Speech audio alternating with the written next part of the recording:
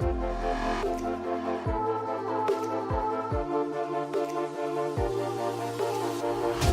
back to Season 2 of the Refuse Ordinary podcast. We're so happy you've joined us.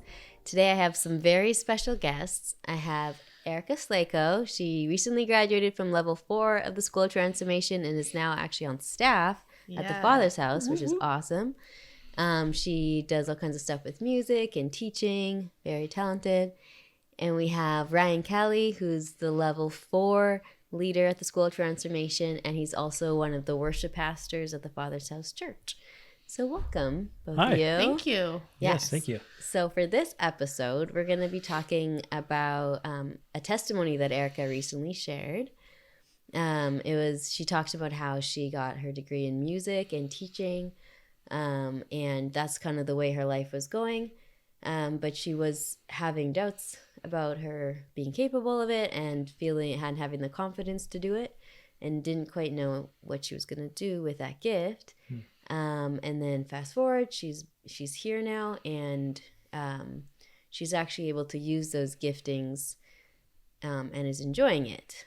But there's a story in there, because it wasn't just a snap of the fingers. No, definitely not. So I guess, would you just tell us a little bit more about that, like about even, what direction you were going with your music degree and teaching? Yeah, so you want me to start off from like when I kind of started to pursue music? Yeah. Cool. Well, okay, very brief backstory. I definitely grew up in music. Mm-hmm. I took like piano lessons from the age of 5. I was in concert bands and jazz bands and taught myself guitar over the years and a lot of different things. And it was always something that I did. Yeah. It was always something that like my family did too. And it was something that I enjoyed. When I graduated from high school, I was one of those people that wasn't certain at all of what I wanted. Yeah.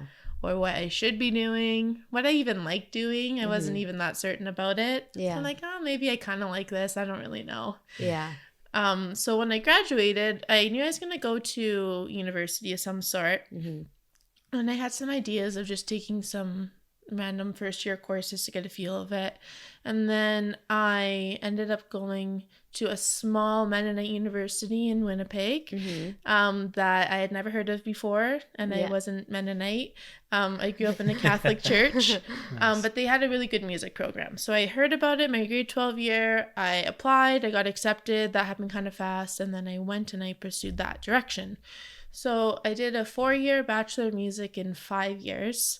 There, and over the course of those 5 years, like starting from my first year of university, I was like, okay, let's do this year, and then I still got 4 more years to figure out what I really want to do. Yeah. And then the next year was like, okay, I did this year, so I got 3 more years to figure out what I should do. I'm still not certain what I should be doing. I'm pursuing this music degree. 3rd year, 4th year, 5th year, kind of all that. It's like, okay, I'm still getting closer to the end. I don't really know what I want. I'm still doing this. And all along this time, I was at this Christian Mennonite university, but I wasn't a Christian, wasn't Mennonite. I didn't know Jesus. So I couldn't even go to him of like, Jesus, what do you want me to do? Yeah. What should I be pursuing here? I was kind of on my own and just very uncertain. Yeah. So I'm going along this path, and then I had the thought about halfway through my degree of like, maybe I can pursue teaching, like music teaching of some sort, which would be even more school after I finished my Bachelor of Music. So I was like, okay, maybe I could do that after. So I'm going along, and then after my 3rd year, I started working at Christian summer camp. Yeah. Again, not Christian, because I was looking for a summer job. I was like, okay, I'm going to go do this for my summer. This is like after my 3rd year, I think, in university. And then I had this really big leadership position there, and a summer program leader. And then I did that, and then I went back to university, and then I went back to camp again. Wow. Still not a Christian at any of this point yet. Didn't know Jesus yet. And then after about like when I was going into my 5th year, my last year, I was going back to work at this summer camp again after I graduated. And I was like, okay, this is it. Like, I got to make a decision of what I'm going to do and stuff. And then this idea of teaching was still kind of on the table, but I was like petrified at that idea. If I really admitted it. I don't think people really knew then that it was very scary for me, just this thought of actually pursuing teaching or music teaching. Like, I just would think about the future and be like, I don't see it. I don't see myself doing it. I don't know how to do this. I will not be good at this. Everyone else is better. I don't know why I'm going to go down this route. Right. But didn't really know what else to do. So I ended up graduating in the spring, summer of 2018 with my bachelor in music. Went back to this Christian camp and was accepted into the University of Manitoba for teaching, get my teaching degree after, and was not wanting to do it. So along that summer, I was like probably the most confused I've ever been of who I was, what I should be doing, where I should be going, if I should keep doing this. And it was like now or never. So that was the first summer that I bought a Bible.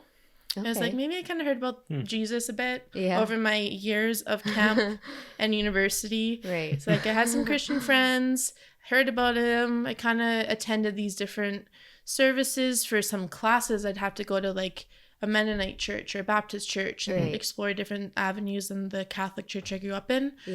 And it was like, maybe I'll give this a try. I'll kind of figure out what this is about. Read the Bible, would actually go to ask Jesus for guidance. Of like, can you please help me? I'm so lost and confused. I don't know what in the world I'm supposed to do. And then I had friends there at this camp who had moved to Orville to do the school transformation.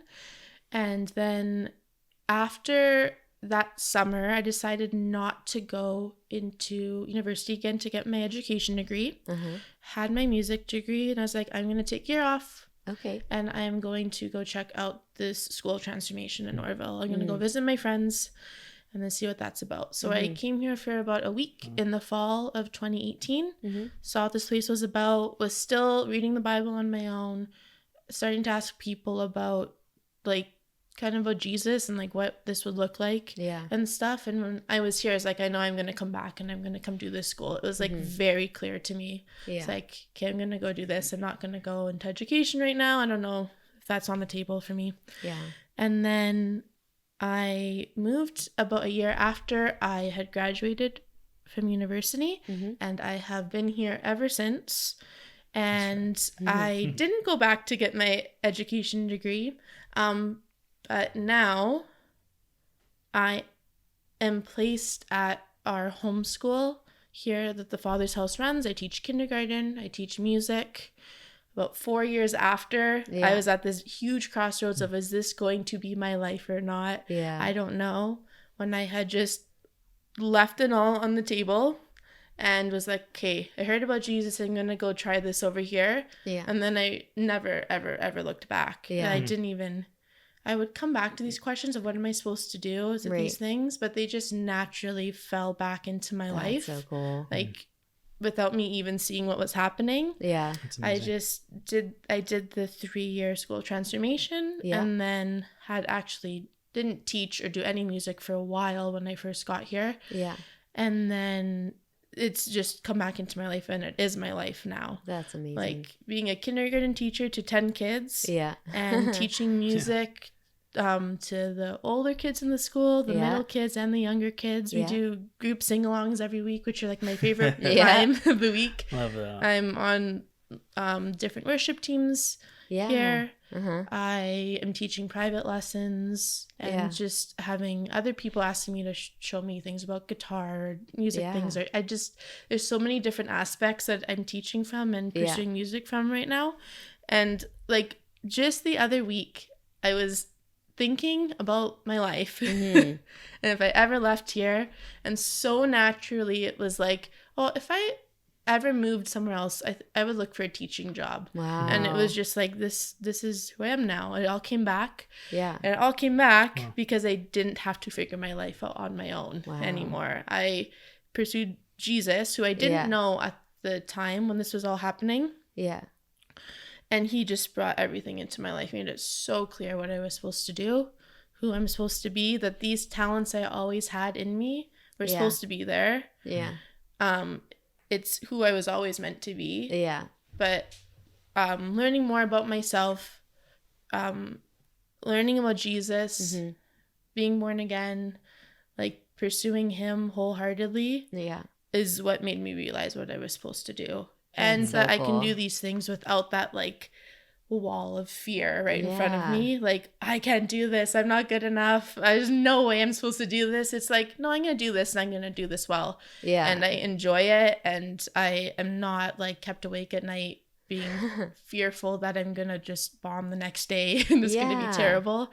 So yeah, that's anyways. Like, that's so cool. Like, because like knowing you now, it's just like, it's hard to believe that you ever lacking in confidence in this area, you know, because you're amazing at it and it just seems so natural, you know. But it's really cool to hear the testimony about like this kind of the surrender, even if you maybe didn't even realize you were surrendering it, but you know, and how the Lord just brought it into your life and you do it confidently and you do it amazingly and you also love it, which is really cool, because that wasn't really the case before, that you just like loved it. You're just kind of doing the thing in front of you, right? Yeah. So Ryan, you also teach, and you also do a lot of stuff with music, being the worship pastor and, and everything.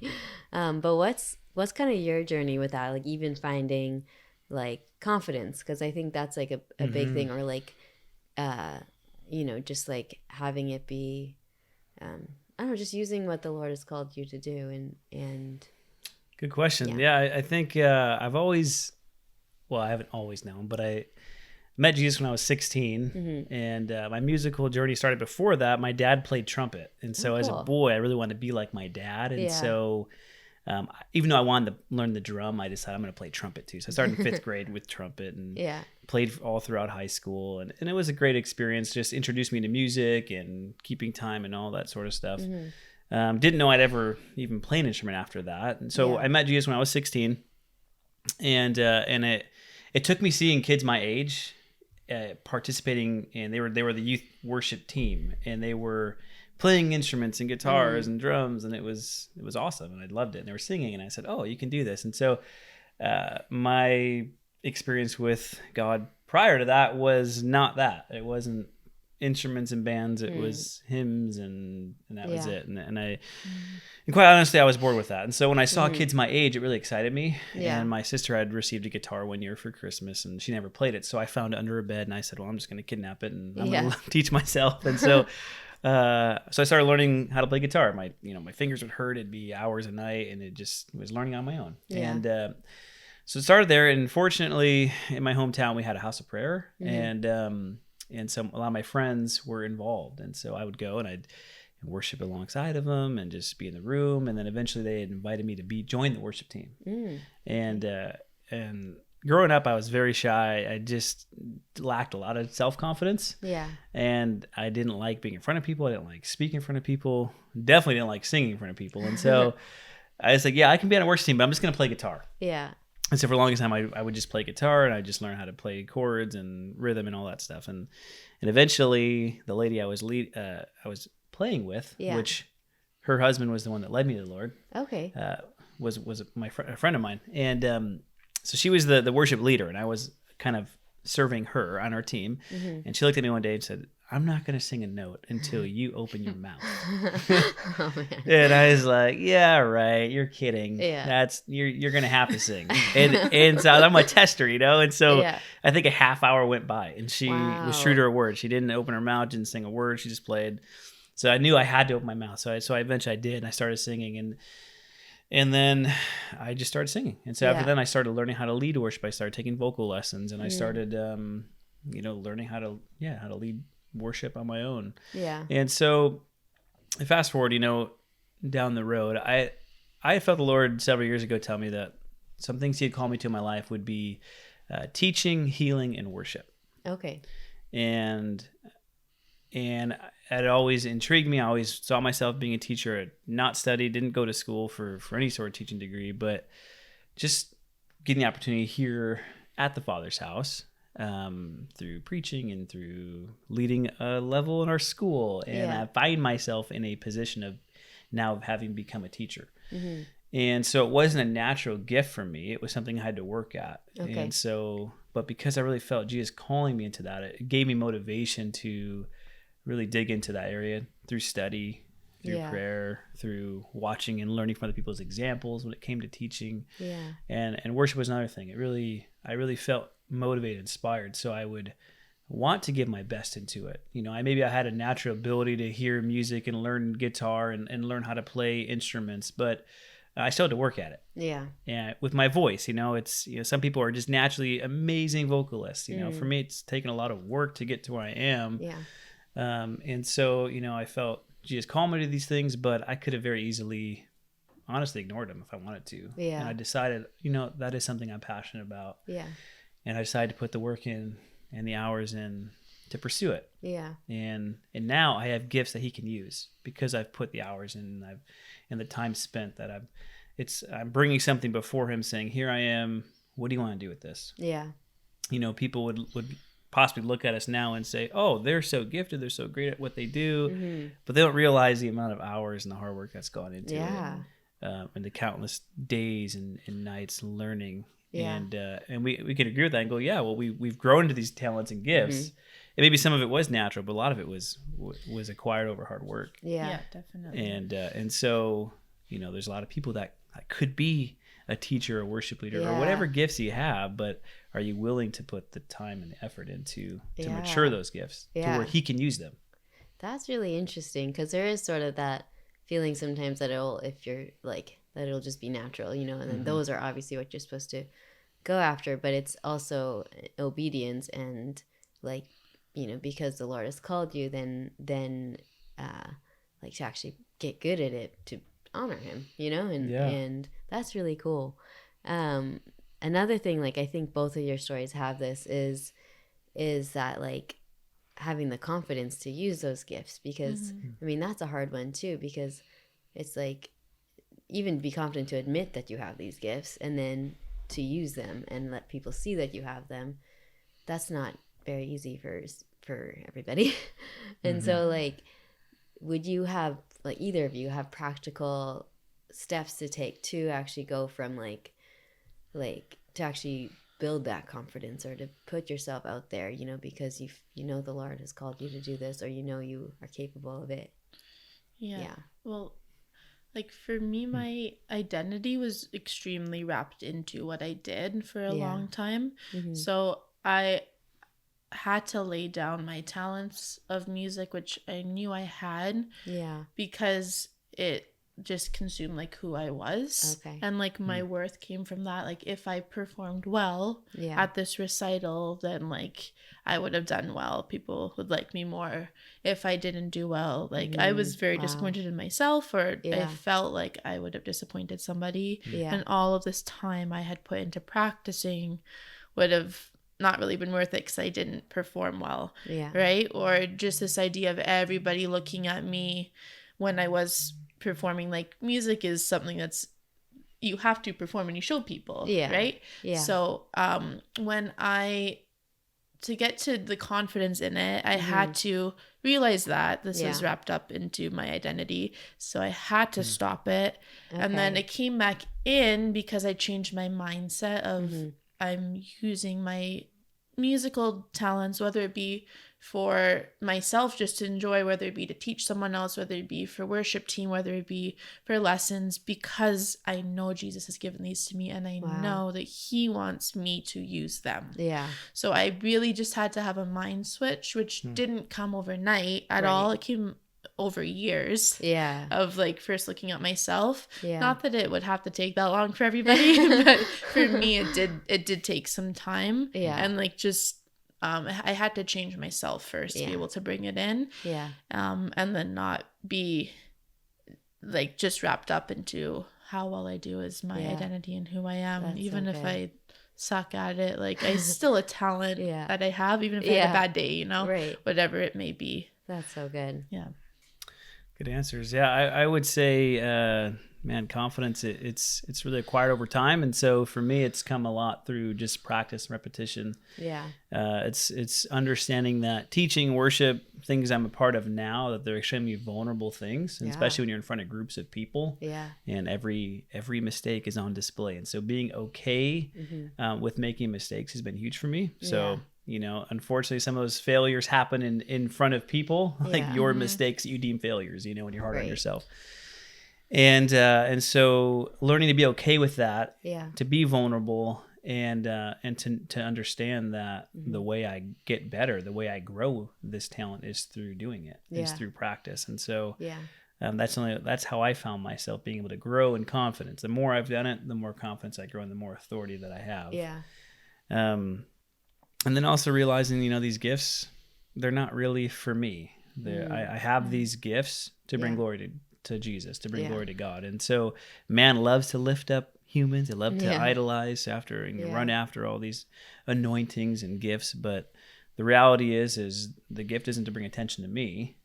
It's really to bring attention to Jesus and honor to him. So if I can be a part of that, then that's what I want to do. Yeah.